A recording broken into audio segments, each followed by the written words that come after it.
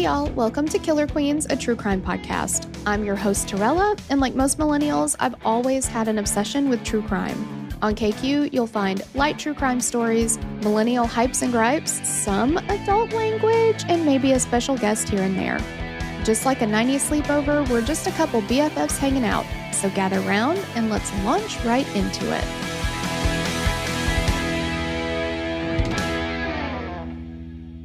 This episode contains discussion of murder and sexual assault of a child. Listener discretion is advised.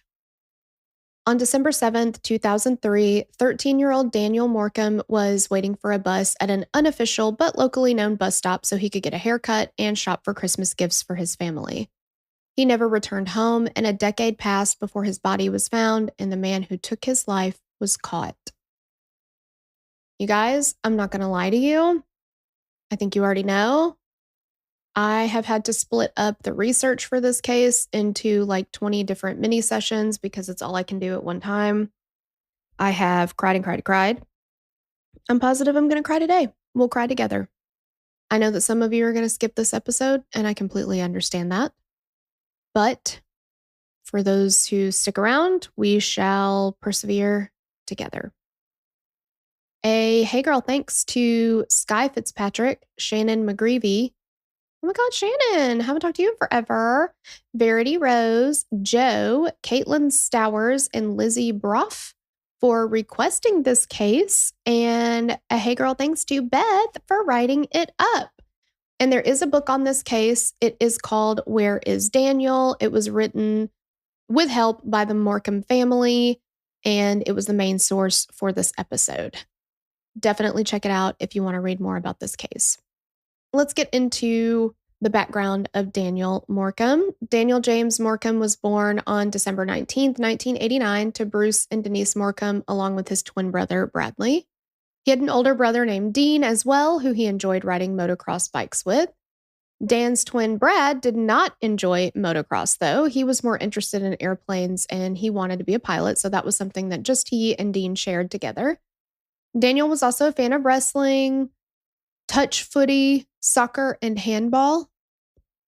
Is that touch football? I don't know how I've missed that like the 10 times I've gone through things, but I'm not totally sure what touch footy is. He was described as being a tough kid who did not show physical pain. In the book, Where is Daniel? The Family Story, written by Bruce and Denise with the help of Lindsay Simpson, which again, like I said, is a main source for this episode, we get to hear a story about how Daniel had helped a friend cheat on a test, and he was not concerned in the slightest about the consequences. His friend had expressed to Daniel, like, hey, I'm not prepared. I don't know what to do here. I'm really worried about this test. And Daniel was like, listen, girl, I got you. I'm not going to let you fail, okay? So he passed his friend the answers, but he did get caught. And when he got caught, he was like, yeah, I definitely super did that. So whatever my punishment is, I'll just take it. And he didn't argue about it. He was just like, I did it. So yeah, you caught me. Daniel was a sweet kid that was very close with his mom. He would often pick flowers to give to Denise while walking home from school. My boys do this every time we're outside. They've done this since they could walk. Every time we're outside, they bring back a little flower for me. If we're walking, they find one, they pick it. Every time they go to the grocery store with their dad, they come back with a bouquet of flowers. It's the sweetest thing. He was also a big jokester and would often play jokes and pranks on his mom, which I also know that game. One of his favorites was the classic tap on the right shoulder while he's actually on the left. Gets a laugh every time. Daniel also had a love for animals, and he wanted to be a vet when he grew up. And the Morcombes lived on the Sunshine Coast in Australia. They had several animals. They had dogs, cats. They even had ponies and chickens.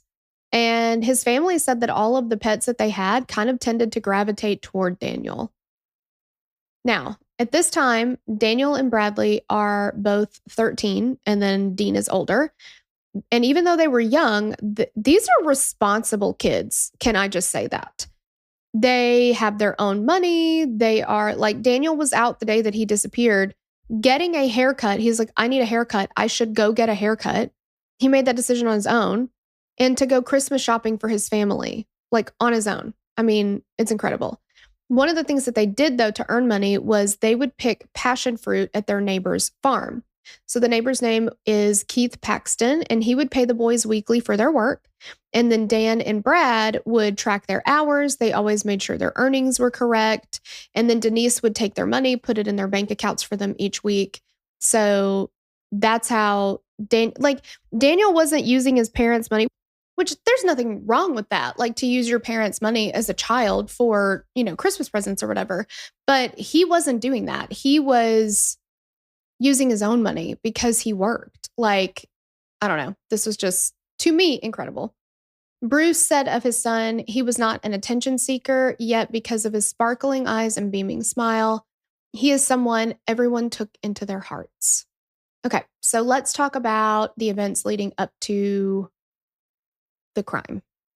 So Christmas was just around the corner, and Daniel and his family were getting ready for the holiday. Daniel had a list of gifts to buy for his family, and he had already opened a gift from his grandparents without anyone knowing, except for Bradley, of course.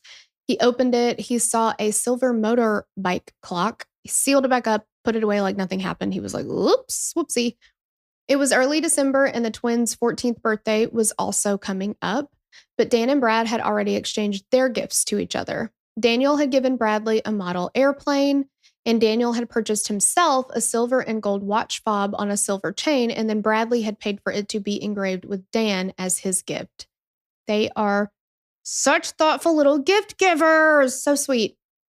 Denise and Bruce owned a mowing franchise, and on Sunday, December the 7th, 2003, they had the company Christmas party planned. The plan for that day was for all three boys, they would go to Keith's to pick passion fruit, like they always did, from 6 to 7:30 in the morning. They'd come home, they'd get ready, and then everybody would leave to go to the party in Brisbane. However, just before 6 that morning, Keith had called and said, hey, how about you have the boys push their start time a little bit? It's been raining. We need to give it a little bit of time. So Denise and Bruce were like, okay, dudes, you've got a choice to make at this point.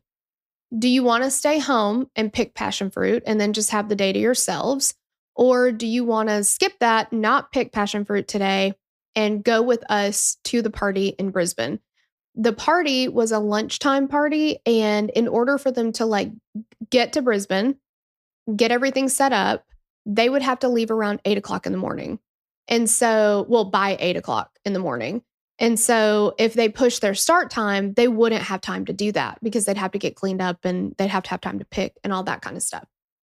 And so the boys talked about it and they were like, you know what? We're fine to just stay here. We really don't, we've been to enough of these work Christmas parties and we're kind of good on that. So they decided to stay home. So they go out to the farm around 7 a.m. and then Denise and Bruce left for Brisbane at 8 o'clock like they were supposed to do. Dean finished picking early and headed back home before the twins. Dan and Brad collected their earnings from Keith's wife, who gave them a ride home at about 9:50. Once back home, Dan and Brad settled in to watch some TV. And while they'd been out picking, Dan had asked Dean if he would go with him later that day to the Sunshine Plaza because he needed that haircut and he wanted to do some Christmas shopping. And Dean was like, sorry, man, I've already got plans with a friend today. Otherwise, I'd go. So while they're watching TV, Daniel asked Bradley, hey, do you want to go with me? And Bradley was like, I'd really rather just go on Monday. I'd rather not go today. And they were at this time on break from school for their summer holiday, so they could go on Monday. A little bit later, Dean and Daniel decided to get a little rowdy, and they did some play WWE wrestling together in their parents' room. They said that their bed was the best to use as a ring. And Bradley took this opportunity to play on the computer with nobody trying to take it from him. This is so like sibling stuff, you're like, yes, they're busy. I can go do something else. Then the boys ate lunch, they showered, and they got dressed for the day. Daniel threw on a red Billabong shirt, long navy blue shorts, and pale colored Globe skate shoes. He grabbed his watch fob, which he clipped to his belt, along with his brown suede wallet that had somewhere between $50 and $150. He did also have a $10 phone card and his school ID. Daniel again asked Bradley, are you sure you don't want to come with me? I'm about to leave.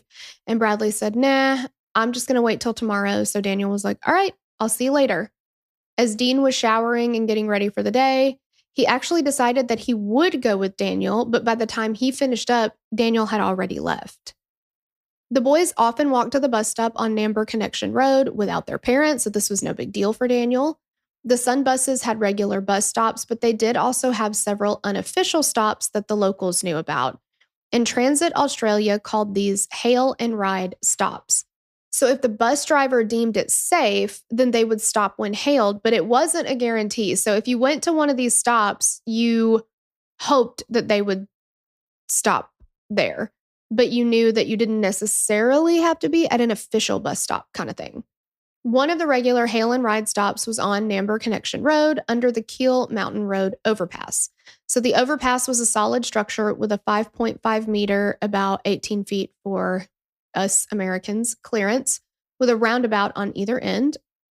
My father-in-law calls these roundy rounds, and it's the most precious thing he does. There's an embankment on the southbound side, and behind that embankment is the car park for the Christian Outreach Center. So, like I said, the boys often rode the bus, but the one rule that their parents had was you have to make it home on the last bus of the day. So Daniel left his house at about 1 o'clock that afternoon. That's plenty of time to catch the 1:35 bus. Around 1:10, a man named Pete saw Dan and said hello and waved. And then 10 or so minutes later, Pete's wife Jenny also saw Dan walking to the stop. Shortly after this, Daniel's grade 3 teacher actually saw him walking south of the council depot holding something in his hand. This is also like, I don't know much about this area, obviously, because Australia is where the big spiders are. And so I stay here without those things. But this seems like a small enough area that, like, that's 3 people that physically or personally knew him that saw him walking. So I would assume, in Nashville, I would not let my child, and this is, obviously 20 years ago now, but I wouldn't let my kid, even being 13, walk to a bus stop in Nashville. It's just so big. There's so many people. You will never see the same person twice. Even if you go to the same, convenience store 5 days in a row, you might not see the same person, even if you go at the same time, So it's like, you just don't know who you're going to run into and stuff like that. But these are like, you're walking right past your neighbor's house who's outside because he's got a farm, and all of these other people that know him saw him walk, and they're like, hey, Dan, how's it going, Dan? It seems like such a very safe area, and it's a walk that he made hundreds of times. It's a ride that he took hundreds of times, It's just so crazy that this many people could see it. And we're going to talk about how small the window is that he was taken. And it's just wild how, and Bruce, Dan's dad, said this in an interview. I believe it was with 60 Minutes Australia. He said there was this like perfect set of circumstances that had to line up for all of this to work out the way that it did. And they did. They all lined up exactly right. And it's the worst circumstances you could have ever put together, right? But somehow they all just lined up perfectly. And it's just so sad. A woman named Vanessa Weir was on her way to pick up her son and had seen a boy in a red shirt walking along the road just before 1:30, who was about 100 meters or 330 feet from the water tower. People who can look at things and be like, I think that's about XYZ meters or XYZ feet from me or from that object, hats off to you. I couldn't pick this length out of a fucking lineup. I'll tell you that right now. After picking up her son, she saw the same boy under the overpass just before 2 p.m. Ross Edmonds was driving the 1A service Sun bus on December 7th, 2003. And at about 1:45 that afternoon, shortly before quitting time, he began driving up the hill near Woombie bus stop on Namber Connection Road, heading toward Maroochydore. I hope I said that right. When he was about 100 meters or 330 feet from the Woombie shopping center, he felt the accelerator cable snap. So Edmund let his passengers know, hey, the bus is broken down. I have called for a new bus. It'll take about 30 minutes to get here. So they send a new bus, and Edmonds was asked to head straight to Maroochydore and not stop for any hail and ride passengers. A shuttle bus driven by Jeff Norman was going to follow behind them and pick up the hail and ride passengers. So Ross is making his way on the route. he sees a young boy in a red shirt standing on the left side of the road at approximately 2:13 p.m. He also saw a man standing 4 or 5 meters, or about 15 feet, behind the boy. He indicated to the young man another bus is coming. 17-year-old Fiona Thurkout, I'm not sure how to say her name, I'm sorry, was on the bus with her brother Terry, and they both saw the young man and the older man. She noted that the man had a tattoo on his upper left arm. He looked fairly young. Terry said he noticed that he had a goatee and a mustache. It was also stated that he was standing with one leg propped up on the wall of the overpass. So Ross radioed to Jeff Norman, hey, there's a boy waiting under the overpass. Jeff was only 3 minutes behind Ross. 3 minutes. So from the time that Ross passes and signals to him, there's another bus coming, wait just a minute, to the time that other bus shows up is 3 minutes. And by the time Jeff Norman gets there, oh my gosh, I just got chills talking about it. Daniel's gone. He's gone, and the older man is gone too. But Daniel's not there. A window of 3 minutes. I mean, Bruce and Denise returned home from their Christmas party at 3:40 p.m. And when they arrived, Bradley was the only one home. So they were like, hello, where are your brothers? He said, oh, Dan went out shopping. Dean is out with a friend. Just after 4:20 p.m., Denise decided to drive over to the bus stop and wait for Daniel there. Once there, she didn't see him.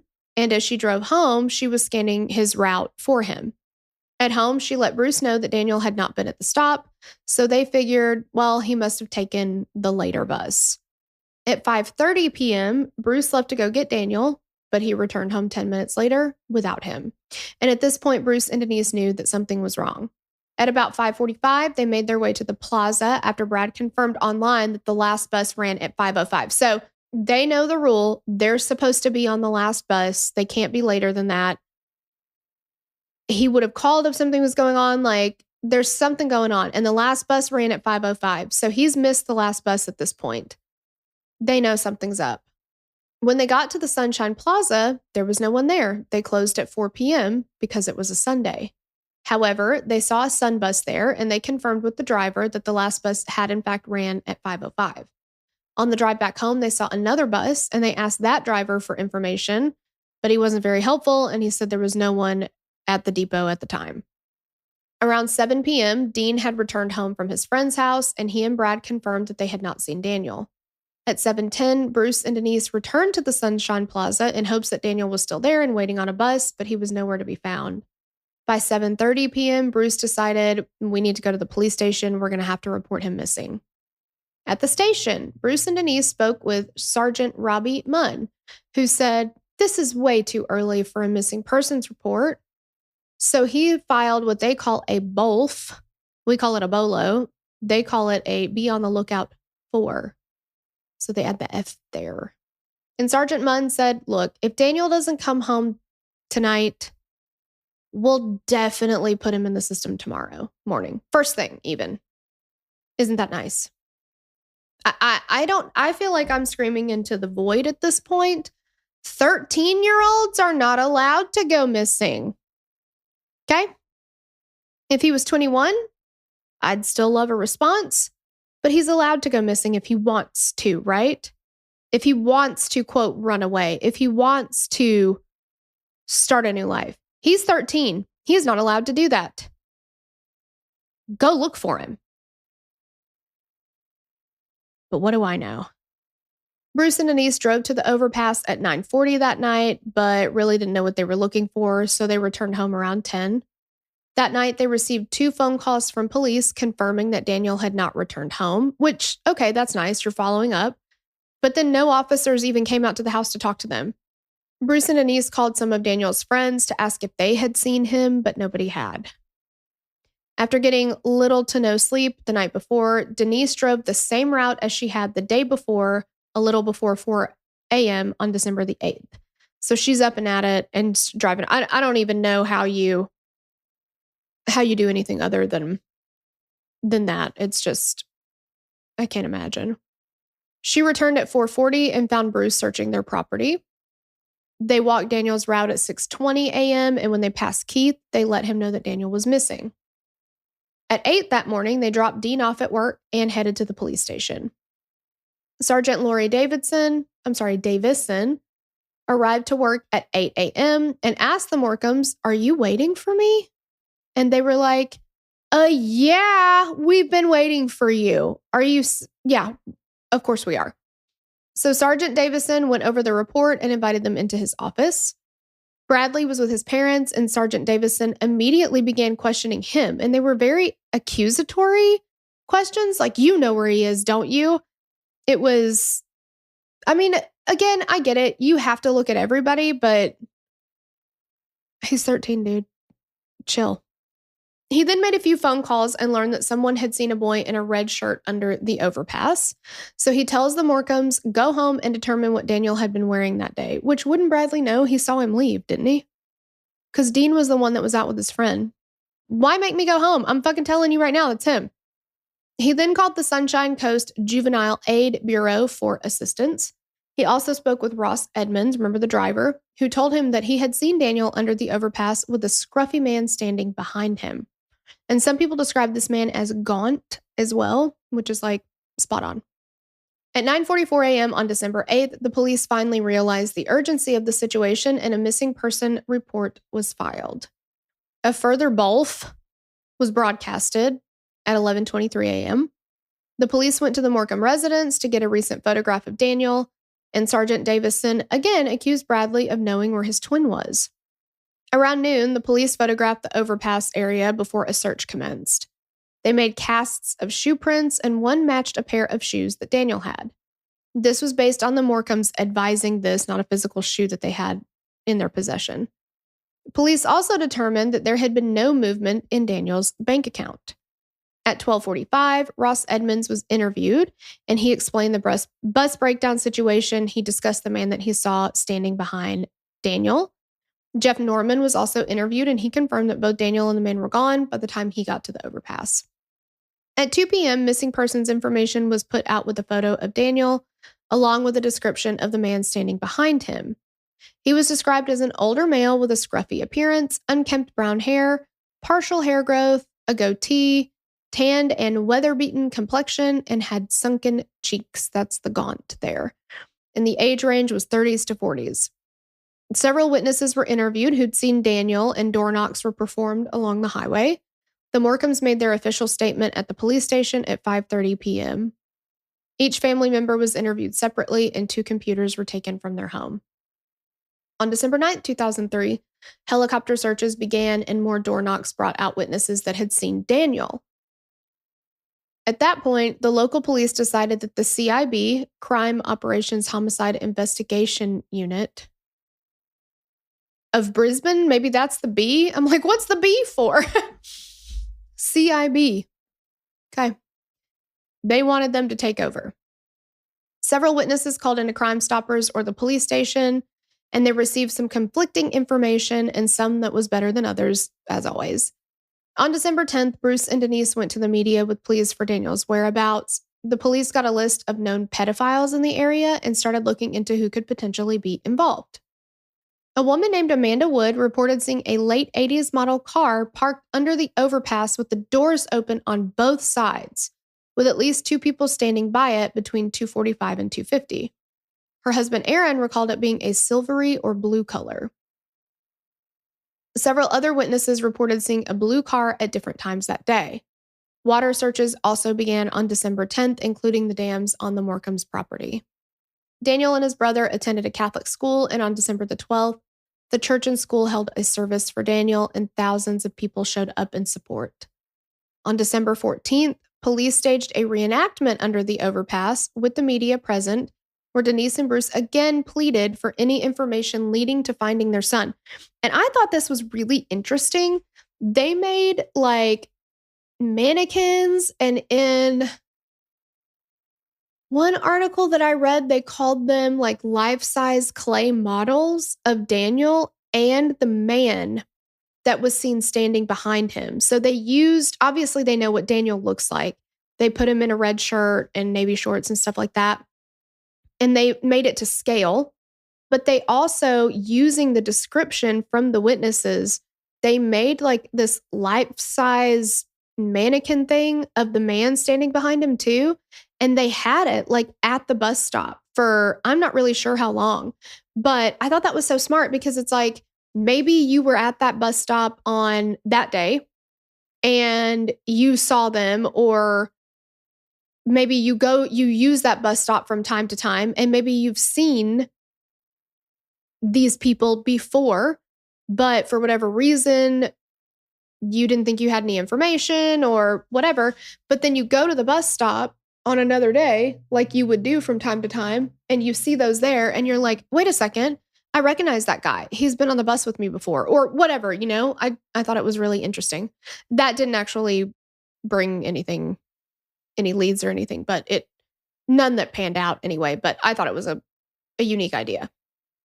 The next day, December 15th, was a Monday. Denise and Bruce gave DNA samples to the police. And that week, a retired businessman in the area put up a $5,000 reward for anyone who came forward with helpful information.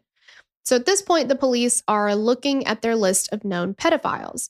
They come across a man named Douglas Brian Jackway, who had spent a significant amount of time in jail. And he fit the description of the man to a certain extent. Like, kind of. He was interviewed several times throughout the investigation, but was ultimately not their guy.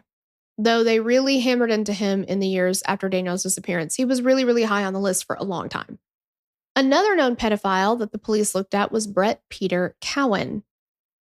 2 officers were tasked with attempting to obtain his DNA and a photograph of him with his consent, and they were also tasked with identifying any cars associated with him. Before the officers arrived at his home, he'd actually been tipped off by a friend he made in jail, so their visit was not a surprise, although he did stay. Upon arriving at Cowan's house, the officers noted that he resembled the scruffy man seen near Daniel. Cowan was married to a woman named Tracy at the time, and they also had a 4-month-old son. Tracy was home when the officers came to speak with Cowan, and they described her as a very timid woman. So Cowan says, yeah, on December 7th, I drove my white 1990 Mitsubishi Pajero 4-wheel drive along Namber Connection. I've never heard of this car. Along Namber Connection Road around the time that Daniel went missing. He was heading to pick up a mulcher from his boss's father, so he went past the overpass twice. If that ain't putting yourself at the fucking crime scene, I don't know what is. He also told the officers that he remembered seeing a broken down bus, but that's it. He didn't see a boy. He doesn't know anything about this boy, right? He agreed voluntarily to be photographed, and he supplied DNA. The officers noted that he had a skull and scroll tattoo on his right upper arm, which, remember, the girl, and now I have promptly forgotten her name, Fiona, she saw, the guy that she saw had basically all of the features of Brett Peter Cowan, but also had that tattoo on his upper arm, exactly where she said, right upper arm, as well as a large vertical scar from open heart surgery on his chest. They noted that he was eager to please, he was overly polite, and Tracy told the officers that she believed her husband had arrived home around 3 p.m. that day. 3 weeks after Daniel's disappearance, another reenactment was performed, and the police received hundreds of calls with tips. By Monday, December 22nd, 2003, the police had interviewed 300 witnesses and recorded 1,500 job logs relating to Daniel's disappearance. As the investigation continued, the police learned that Cowan's white Mitsubishi had a distinctive short air filter attached to the driver's side, and one witness, a 17-year-old boy named Josiah Cox, had noticed a white 4-wheel drive car with a possible air snorkel. I don't know car stuff, but I've never heard any of it called a snorkel, so that's kind of fun. 50 to 100 meters or 165 to 330 feet north of the overpass with no one inside on the same side of the road that Daniel had been waiting on. This information, along with reports from officers who spoke with Cowan, was given to the detectives. However, the investigation was still focusing on the blue sedan that had been seen. Guys! He's a known pedophile. He told you he drove past that fucking overpass twice that day at the same time that Daniel went missing. And now his fucking snorkel on his car was seen right there. And you're like, but somebody said something about a blue car. Do you know how often people get colors of vehicles wrong? I would say 97% of the time. And just, really? So we're like, well, maybe, maybe not. You know, I mean, how could we know? How could we know? How could we know? We need to find the blue car before we can really hammer down on this pedophile with the fucking snorkel on his car or whatever. So the police spoke with the man that Cowan had borrowed the mulcher from, and he confirmed it was on December 7th at about 1:30 p.m. Then they went back to speak with Cowan, but they found Tracy was the only one home. She told him that on December 7th, her husband had left the house at 12:45 to pick up that mulcher, and he'd been gone for about an hour and a half. She mentioned that her husband had recently also shaved his goatee because he had started a new job with Clayton's towing service. She gave the police a detailed description of what he may have been wearing that day as well: a dark-colored singlet, a dark-colored pair of board shorts, and thongs. That's what they call flip-flops over there, not like thongs up your butt crack thongs. Hey, if you want to wear a thong, that's totally fine. But just letting you know, that's what they mean. After speaking with Tracy, the officers made the drive that Cowan made on December 7th and determined that he would have hit the overpass around 2 p.m. when Daniel was there. Then they received his criminal record later that day, which, like, why did you not get that before now? Like, you already knew he was a known pedophile. So anyway, they learned that in 1987, he had minor property offenses. And then later that year, he took a 7-year-old boy into a toilet block, which is like, for us, like stalls. They also call them cubicles, which I was very confused by because we only refer to cubicles here in the US as like an office cubicle, you know? We call toilets like stalls. But anyway, he had taken a little boy, 7 years old, into a bathroom, into the toilet stalls, and had sexually assaulted him. This was horrific. If you watch the 60 Minutes Australia, they actually interview this. He's obviously now a grown man. And he says of that day, he remembers every single thing that Brett Peter Cowan did to him. He has not forgotten any of it, but he can't really talk about it, of course. And that Brett Peter Cowan did not physically kill him that day, but he took his life that day. 7 years old. And this boy lost his innocence, his joy. I mean, he's a grown man now. He's a father. He's married. But I cannot imagine what he has gone through. This man brutally raped him multiple times. What really kills me about this case, I mean, all of it, but what kills me about what happened in 1987 is that Brett Peter Cowan had gotten arrested for these minor property offenses. And so what they had him do as part of his like community service or whatever was work at a fucking daycare center. Now, this is his first known attack is at this daycare center, but I don't know. I'm like, oh my God, the worst thing you could have done is put him with children, right? So he was just doing like odd jobs and like helping out at the daycare center. And so what he did was he chose this child and groomed him for a few hours, letting this kid help him with projects and stuff that he was doing.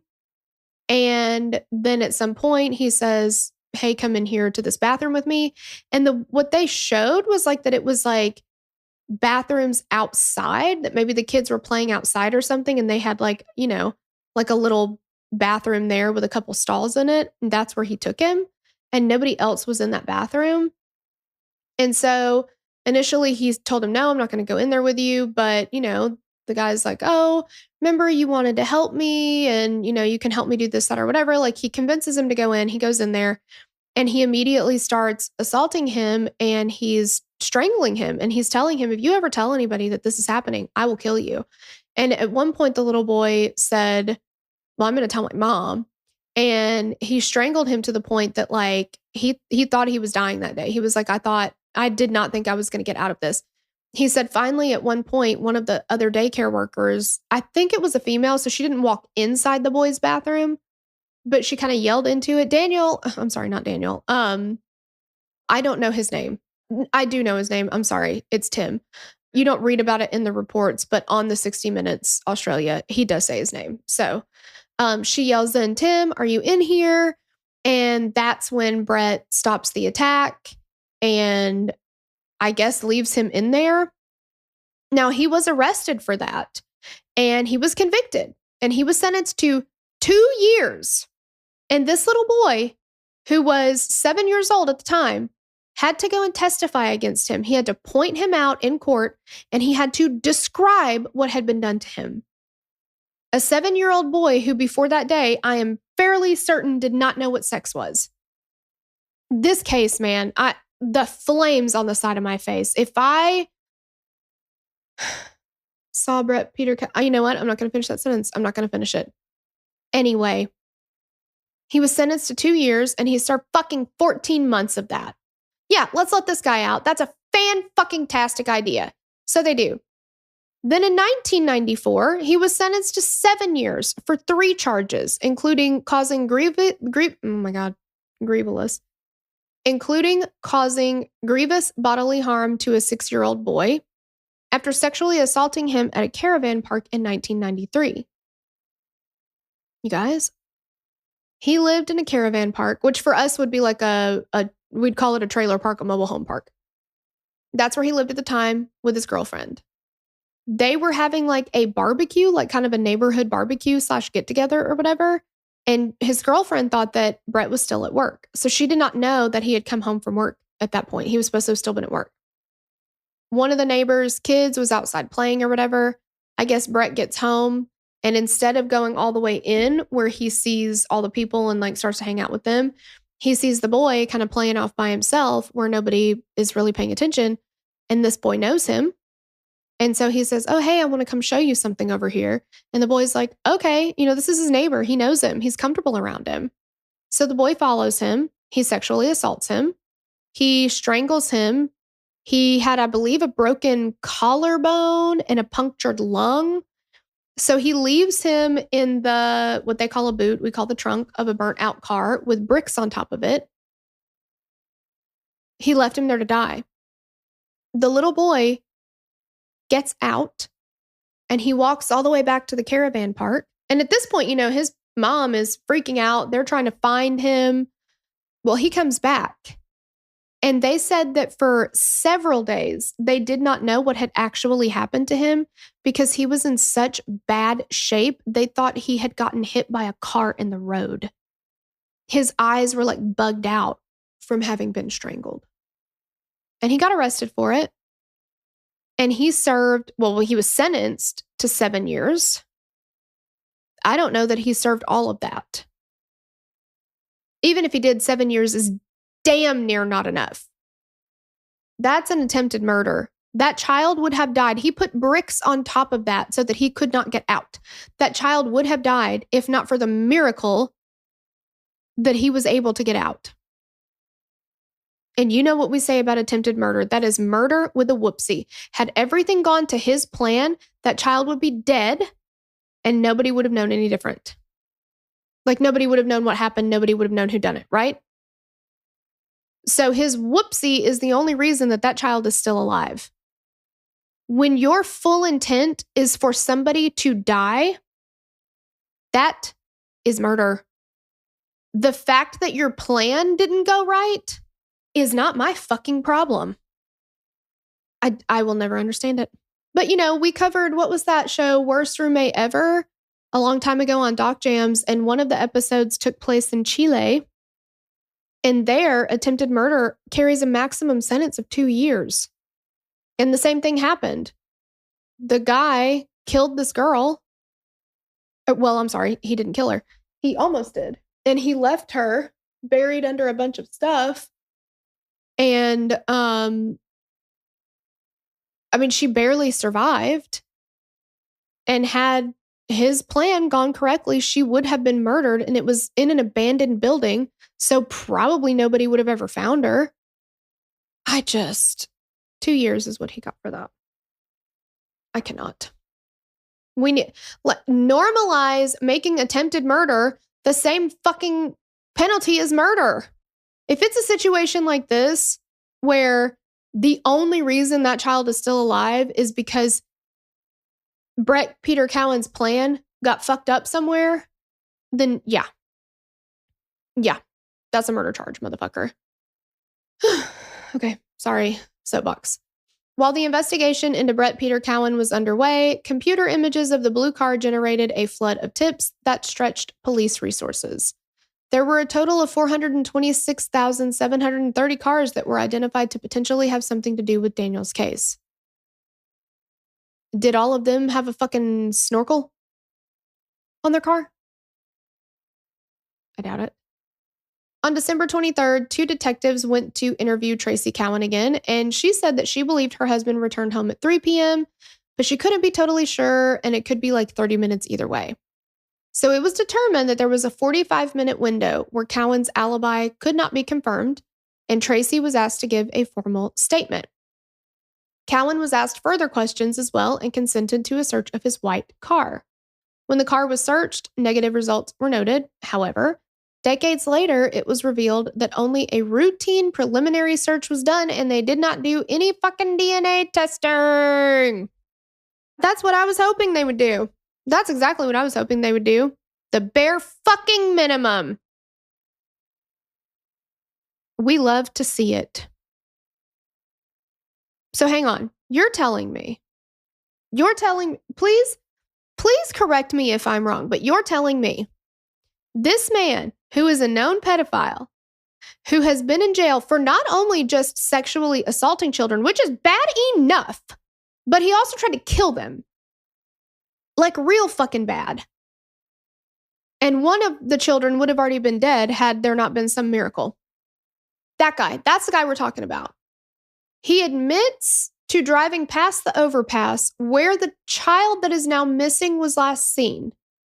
At the time that he was there, it's not like he said, oh yeah, I drove by there at 7 in the morning and then I drove back by at 7:30 in the morning when I picked up this mulcher, and you can confirm that with my boss who I picked it up from at 7:15 in the morning or whatever, right?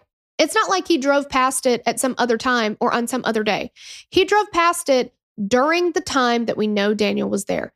2 motherfucking times. So he drove by twice. People put his car there with his little snorkel, whatever that is. And then they also put him there, essentially, which he puts himself there, first of all, at least past it. But we have a car parked on the side of the road with doors open. What does that feel like? You're going to shove somebody in a car. Whatever. So there's a car with the snorkel. It's bluish silvery in color.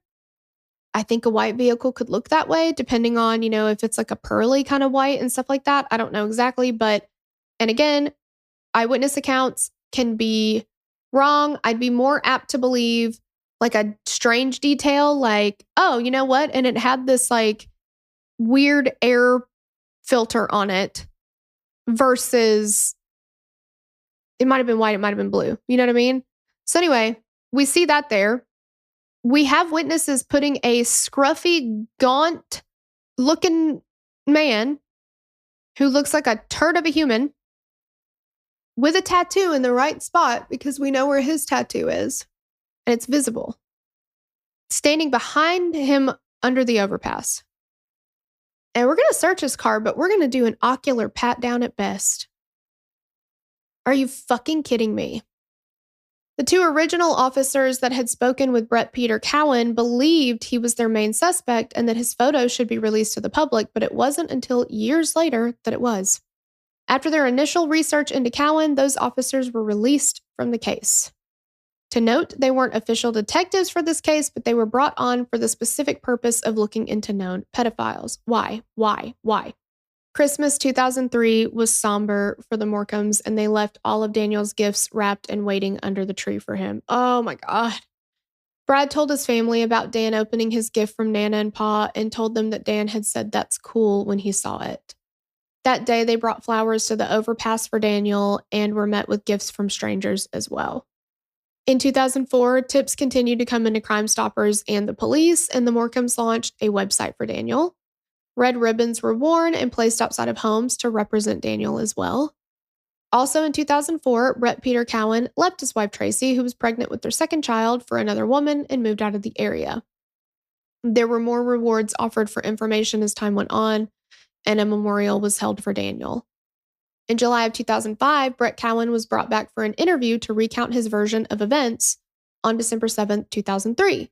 He provided the same story. Also, it is important to note that Brett Peter Cowan is a fucking pathological liar, and everyone who knew him would tell you that. And so would every law enforcement officer he's ever come across, and psychologists that he kept, like, everybody said he's a pathological liar. But anyway, let's take his word for it. Okay. He provided the same story and said that he'd seen the sketches that were made of the scruffy man and said that one, yeah, it did kind of look like him. And he also freely admitted to his previous sexual assaults, which, I mean, I guess he has to. He was convicted and big fat caught and all the things. In August, the home that he lived in with Tracy at the time of Daniel's disappearance was searched, and he was interviewed several more times. As the investigation continues, the Morcombes decided to move out of their house, and Denise packed up all of Daniel's things, including his still wrapped Christmas gifts from 2003. And they had left his room, I mean, exactly the way that it was the day that he went missing. And for them to have to move was such a difficult decision for them. And I just can't imagine going through that room and having to pack it all up and move it and all of the things. In 2009, the highest reward amount case and biggest manhunt in Australia had still turned up no concrete answers into Daniel's disappearance, which, okay, I'm sorry. Biggest manhunt in Australia? I mean, guys, you didn't even do fucking DNA testing on your top suspect's car. That he literally told you he was driving right past the child who is now missing and never to be seen again. I mean, oh, and by the way, he's a pedophile. Okay. And like, willingly admits that he's a pedophile. Wait for this shit, you guys, okay? If you are driving, I need you to pull over, okay? Because we're about to talk about the coroner's inquest. And you're about to hear something come out of Brett Peter Cowan's mouth that is so disgusting that you are going to throw everything you've ever loved out your window. You're going to throw yourself out the window, and you're going to walk back in, and you're going to do it all again. You've lost all your belongings. I'm sorry. They're gone. The anger. In 2010, Bruce and Denise requested a coronial inquest. In April, boxes of information were sent to the state coroner's office by the police, and in October, the inquest was opened. And so the objective was to find out if Daniel was dead, and if so, when, where, and how he died, as well as looking into the adequacy of the police response to Daniel's reported disappearance and the adequacy of the ongoing investigation. This is, like, for us in the US, I think, a grand jury. Now, it does sound like Denise and Bruce were actually allowed to sit in on it, which I don't know. Well, I know the defense is not allowed to sit in on a grand jury, but I don't know if, like, family members are allowed to here or not, actually. And you don't get an attorney in it here, so I don't know about there, but this was an opportunity to have Brett Peter Cowan questioned extensively. He was compelled to answer questions by the court. And what really, really burns my britches about this is that who requested this? Bruce and Denise. Without the advocacy of his parents, I don't know that this case would be solved. And it was so solvable from the beginning. But they're the ones who pushed for this inquest. Anyway, several people were interviewed during the inquest, including Brett Peter Cowan. And when they asked him, did you have anything to do with Daniel Morcombe's disappearance? He said, I couldn't have had anything to do with it. And they said, well, why not, Brett? Why couldn't you have had anything to do with it? All signs point to you in bright red flashing letters. He said, well, I'll tell you, it's easy. Daniel was 13, and I like boys that are age 6 to 8. He was too old for me. So you see, I couldn't have done it. I don't like boys that old. Can you believe him? And he said it with a smirk on his face, knowing that this little boy's parents were there. At the close, the police refocused their investigation after the evidence was heard. As the investigation was refocused, Detective Grant Linwood had an idea that targeted Cowan, and his idea was put into action. So after his testimony at the inquest, the police escorted Brett Cowan to the airport where he would return to Perth in Western Australia, where he was living at the time. So Cowan boarded the plane and was waiting for takeoff when a man named Joseph Emery sat down next to him. And they ended up striking up a conversation. They were chatting about work, Emery's move to Perth, just general things you'd chat about with a stranger on a plane. The men bonded and exchanged numbers, but what Cowan did not know was that Emery was an undercover police officer who had recorded their conversation. Emery was going to convince Cowan that he was part of a crime syndicate and that in order for Cowan to be fully bought in, he would need to divulge his past wrongdoings. So they become friends. And then eventually, Emery introduces him to another friend, also undercover officer, named Paul Fitzsimmons, and they call him Fitzy. So Emery and Fitzy helped Cowan to get jobs, which were essentially like mob work. Another, quote, associate named Craig met up with Fitzy and Cowan on a job and casually mentioned something about the inquest. And Craig let Cowan know, like, look, we can make things go away, okay? We can fix things for you. But I have to know what they are so that we can fix them. Because the last thing that we need is for your dumb ass and all the dumb shit you did before to fall back on us. We don't need to be connected to anything, and your past doesn't need to come up and bite you in the ass, which then bites us in the ass, right? He's like, I don't care what you did. It doesn't bother me at all, but I need to know what it is so that I can get rid of any evidence that could possibly implicate you, because we can't have that. And Cowan was like, actually, that really makes sense, right? So as time went on, Emery kind of faded in the background, and Fitzy was the one that Cowan was working with. And Fitzy tells him, we've got a big job coming up. Arnold, our leader, wants to speak with you first. This is a big deal. Like, you are working your way up and nobody meets Arnold, but you're getting to meet Arnold. So you better fucking take it seriously. So a meeting was set up and Cowan went up to meet Arnold. Unbeknownst to Cowan, of course, their meeting was being recorded. And Arnold asked him about Daniel. He's like, look, I've been hearing around town from other people, you did the Daniel Morcombe murder. And he's like, no, man, I didn't do that. And Arnold's like, look, I told you, I don't care if you did it. It doesn't bother me what you did, but I have to know so that we can move forward. If I can't get it cleaned up, if I can't get it tied up and locked up, we can't move forward. So eventually Cowan said, okay, yeah, I did it. He said there was no DNA, and then he finally gave his full confession to Arnold. So he said that he was on his way back from picking up that mulcher. He saw the broken down bus, and then he saw Daniel standing alone under the overpass. He looped back around, and he parked his car in the church lot behind the embankment. He went over to where Daniel was, but he didn't say anything to him. He just tried to make it look like he was also waiting for the bus. When the bus drove by and didn't stop, he went up to Daniel and said, hey, do you want a lift? He said Daniel jumped right into the passenger seat, which, like, I'm just not sure about that, because Daniel's a smart kid, and maybe this is true, but, like, then why were you waiting for the bus if your car is right there? Like, that doesn't make any sense. Daniel let him know that he was on his way to the Sunshine Plaza, but instead of taking him there, he drove to a secluded spot that he knew in Birwa, just off of Coochin Creek. It was 30 minutes from the overpass, and they chatted along the way. He gave Daniel some bullshit story about having to make a stop before he could take him to the shopping center. You know how they do. He took Daniel to an abandoned house at the end of Roy's Road. He said, quote, I never got to molest him or anything like that. He panicked and I grabbed him around the throat, and before I knew it, he was dead.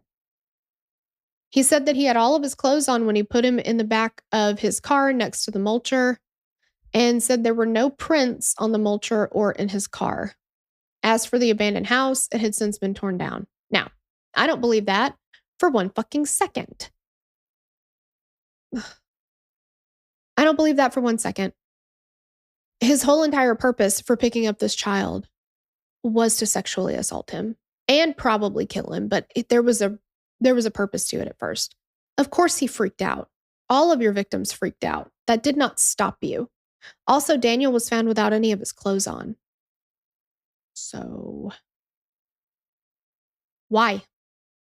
They were all near his body, so why take them off? Don't tell me you did not assault this child. He drove him about 150 meters or 490 feet further into the bush. At this point in the confession, Arnold asked him to draw a map, and he did.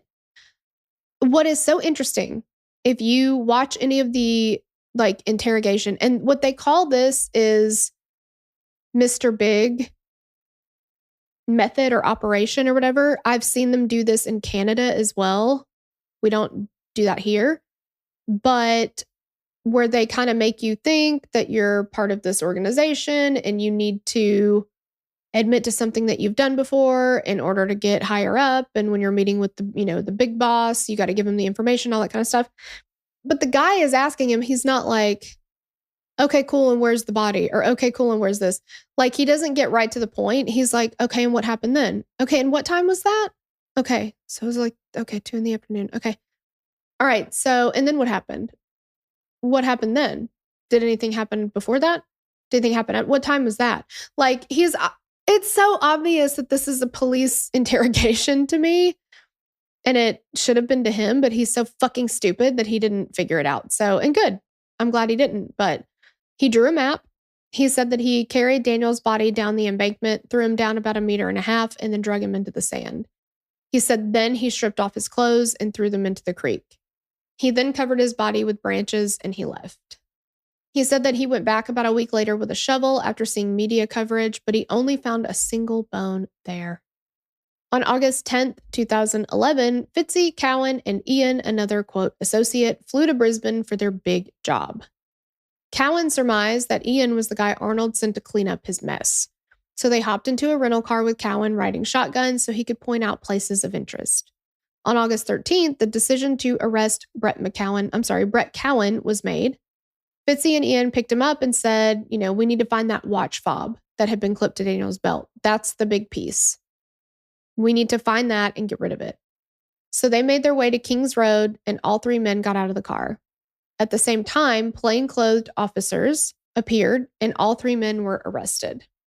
That day, Denise and Bruce were set to attend a birthday party for their niece. Denise got a call that morning from Assistant Commissioner Mike Condon, who said that he was in the area and he wanted to stop by. Then around 5 p.m., the phone rings and Bruce answered, and he gets a call from Channel 9 asking him if it was true. And Bruce said if what was true, but the man on the phone wouldn't say anything else and hung up. Channel 9, fuck off. Then the phone rang. I mean, at least he wasn't like, hey, we heard they found your son's body. Is it true? Like, at least he left it at that. But like, come on. Just to get the first scoop. Like, it's disgusting. Then the phone rang again, and it was Police Commissioner Bob Atkinson, and Bob told Bruce and Denise that Brett Peter Cowan had been arrested for killing Daniel, and he would be charged soon. The following Monday, Cowan made his first appearance at the Roma Street Magistrates Court. That same day, the search for Daniel's remains began. 4 days into the search, a shoe was found that looked to be Daniel's. On August 22nd, a second shoe and human bones were found. And on August 28th, DNA confirmed that those bones did belong to Daniel Morcombe. The search for the rest of the remains was completed on October the 7th. The Morcombes were told that Daniel's remains would not be released to them until the end of the trial, and a battle with the state began. On November 29th, 2012, a few days into the committal hearing, Cowan consented for Daniel's remains to be released after listening to the expert forensic evidence. The remains were released that day. On December 6th, the committal hearing closed for 2012, and the next hearing was scheduled for February 14th, 2013. Daniel was laid to rest on December 7th, 2013, 10 years after his disappearance and his murder. And the really sad thing is, they said that within an hour of Daniel being abducted, he was already dead. There was nothing that they could have done, even if they'd found him sooner. It's just so sad. The trial began in February 2014, and after 7.5 hours of deliberation, he was found guilty of murder, indecently dealing with Daniel, and for interfering with his corpse. He was sentenced to life in prison with a non-parole period of 20 years. In 2005, Bruce and Denise started the Daniel Morcombe Foundation as a way to give back to their community by educating other children on how to stay safe. They traveled to different schools to do this, and in September of 2006, they launched their first child safety education resource called Foundation Red, which is a DVD that included video and was updated until 2014. In October of 2014, the Walk for Daniel had 1,500 people in attendance. The first walk in 2005 only had about 90, so it grew, substantially. They also have a Day for Daniel annually on the last Friday in October to honor Daniel's memory. They are also working on Daniel's Law. The foundation's website says, quote, "The Department of Home Affairs commenced consultations for the National Child Sex Offender Register in January 2019. The 2019-2020 federal budget provided $7.8 million to establish a national child sex offenders register. They have also completed an opinion paper on this and ask, where is the register? You definitely need a sex offender registry. I will tell you, I have such a huge belief in rehabilitation for humans. The one thing that I do not believe there is rehabilitation for is child sexual assault. Being a pedophile. I do not believe that you can be rehabilitated from that. I have yet to see it. I'm not saying it's never happened, but I have yet to see it. And this is episode 353, and that's just on the main feed. We've got another 300 on the mixtape. So if some of those are two-parters, then let's say that's 500 something cases, plus doc jams. I have yet to see it. And a psychiatrist, after I believe Brett's first stint in jail for child sexual assault, said, "This man is dangerous. He's going to offend again, and he's a pathological liar, and he'll do whatever he can to get out of trouble. But mark my words, he will do this again." It's just so sad. And had this family not fought the way they did for him, I think Brett Cowan would still be out. That inquest is what changed everything. So, anyway, very, very sad case. I have cried and cried and cried. I think the hardest part is, hearing the family talk about Daniel, seeing his mom talk about him and say, he'll always be that 13-year-old boy forever. 13. And, his twin brother too, like his birthday every year. That was just a few days after Daniel went missing. But it's also like, oh, happy birthday to me. And it's a very, very stark reminder that my twin brother is gone. It should be his birthday too. And Christmas was right after that. And every holiday is going to be difficult. There's just no way. But just seeing his family, how they break down talking about it, even all these years later, and it's always going to be a heavy burden for them to carry.